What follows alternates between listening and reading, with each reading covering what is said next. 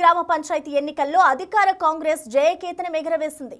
తొలి 2 విడతల్లో సుమారు 56% స్థానాలను గెలిచిన కాంగ్రెస్ మూడో దశలోనూ అదే ఆధిక్యాన్ని కొనసాగించింది. 25% సీట్లు దక్కించుకున్న గులాబీ పార్టీ పల్లెపూరులో అంతో ఇంతో ఉనికి చాటుకుంది. బీజేపీ కనీసం 4 అంకెల సర్పంచ్ స్థానాలు కూడా దక్కించుకోలేక పరువు పోగొట్టుకుంది. కొన్ని జిల్లాల్లో ఇతరులు కాషాయ పార్టీ కంటే తక్కువ సీట్లు దక్కించుకుని ఉంటే ఉన్నామన్నట్లు తయారైంది. తెలంగాణ పంచాయతీ ఎన్నికల్లో బుధవారం మొత్తం 4159 స్థానాలకు మూడో విడత ఎన్నికలు జరిగితే ఏకగ్రీవాలతో కలిపి కాంగ్రెస్ మద్దతుదారులు 2286 స్థానాలు గెలుచుకున్నారు. బీఆర్ఎస్ 1142, బీజేపీ 242, ఇతరులు 479 స్థానాల్లో విజయం సాధించారు. ఇతరుల్లో సీసీఐ మద్దతుదారులు, సిపిఎం వారి ఉనికి చాటుకోగలిగారు. మూడో విడత ఎన్నికల్లో సిద్దిపేట మినహా మిగిలిన 30 జిల్లాల్లో కాంగ్రెస్ ఆధిపత్యం స్పష్టంగా ప్రస్ఫుటమైంది.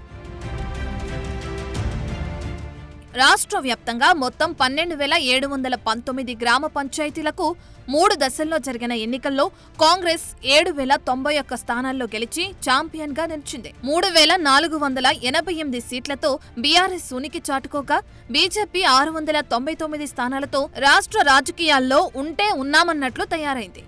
బుధవారం జరిగిన మూడో దశ ఎన్నికల్లోనూ సగానికి పైగా స్థానాల్లో గెలుపుతో హస్తం పార్టీ తన విజయ పరంపరను కొనసాగించింది.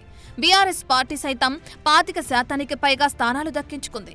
బీజేపీ కూడా తొలి మలి విడతల మాదిరిగానే మూడో విడతలోనూ 200 పైచిలుకు స్థానాలను దక్కించుకుంది.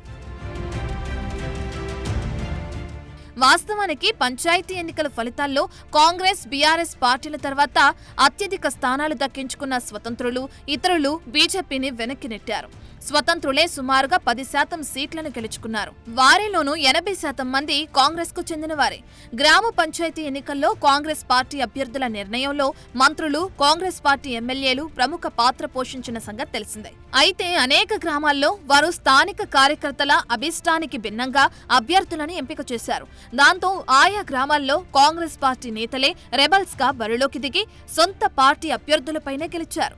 ప్రమాణ స్వీకారం నాటికి వారంతా కాంగ్రెస్ పార్టీలో చేరనున్నారని పార్టీ వర్గాలు తెలిపాయి. వీరందరినీ కలిపితే పంచాయతీల్లో 64% కాంగ్రెస్ ఖాతాలోనే చేరనున్నట్లు పార్టీ వర్గాలు తెలిపాయి.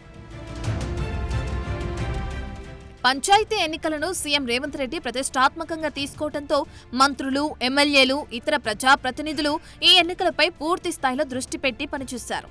పంచాయతీలు ఏకగ్రీవం కావటంలోనూ అభ్యర్థులకు అన్ని రకాలుగా సహకరించారు.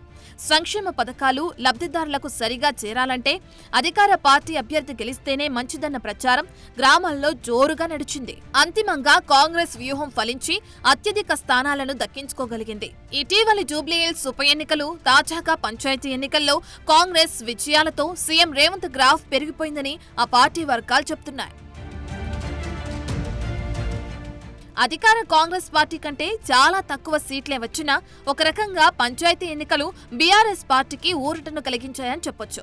2023 అసెంబ్లీ ఎలక్షన్స్ నుంచి వరుసగా ఎన్నికల్లో ఓటమి పాలవుతూ వస్తున్న బీఆర్ఎస్ తాజాగా ఇంటి పోరును ఎదుర్కొంటుంది. లోక్సభ ఎన్నికల్లో 0 సీట్లు వచ్చి ఉప ఎన్నికల్లో సిట్టింగ్ సీట్లు కోల్పోయిన నేపథ్యంలో పంచాయతీ ఎన్నికల్లో 27.4% సీట్లను గెలుచుకోవడం ద్వారా క్షేత్ర స్థాయిలో తన ఉనికిని చాటుకున్నట్లయింది. అయితే అసెంబ్లీ ఎన్నికల్లో ప్రధానంగా గ్రామీణ నియోజకవర్గాల్లోనే దెబ్బతిన్న బీఆర్ఎస్ పార్టీ ఇంకా గ్రామాల్లో పుంజుకోలేదని పంచాయతీ ఎన్నికల ఫలితాలు నిరూపిస్తున్నాయని కాంగ్రెస్ వర్గాలు చెబుతున్నాయి. ఇక బీజేపీ 3 విడతల్లోనూ కలిపి 5.5% సీట్లను దక్కించుకుంది. గెలుచుకున్న సీట్లలో సింహభాగం పార్టీ ఎమ్మెల్యేలు ప్రాతినిధ్యం వహిస్తున్న జిల్లాల్లోనే ఉన్నాయి. కేటీఆర్ నియోజకవర్గం ఉన్న సిరిసిల్ల జిల్లాలో బీఆర్ఎస్ పార్టీ ఎట్టకేలకు ఆధిక్యత సాధించింది. తొలి మలి దశ ఎన్నికల్లో కాంగ్రెస్ ఆధిక్యంలో ఉన్న సంగతి తెలిసిందే. మూడో విడతకొచ్చేసరికి బీఆర్ఎస్ ఎక్కువ సీట్లు గెలుచుకుంది. మూడో విడతలో బీఆర్ఎస్ ఎక్కువగా సీట్లు గెలుచుకున్న జిల్లాల్లో ఆదిలాబాద్, మెదక్, గద్వాల్ జిల్లాలున్నాయి. కేసీఆర్, హరీష్ ప్రాతినిధ్యం వహిస్తున్న సిద్దిపేట జిల్లాలో తొలి 2 విడతల్లో బీఆర్ఎస్ ఆధిక్యంలో ఉన్న సంగతి తెలిసిందే. మూడో విడతలో మాత్రం కాంగ్రెస్ ఆధిక్యం సాధించింది.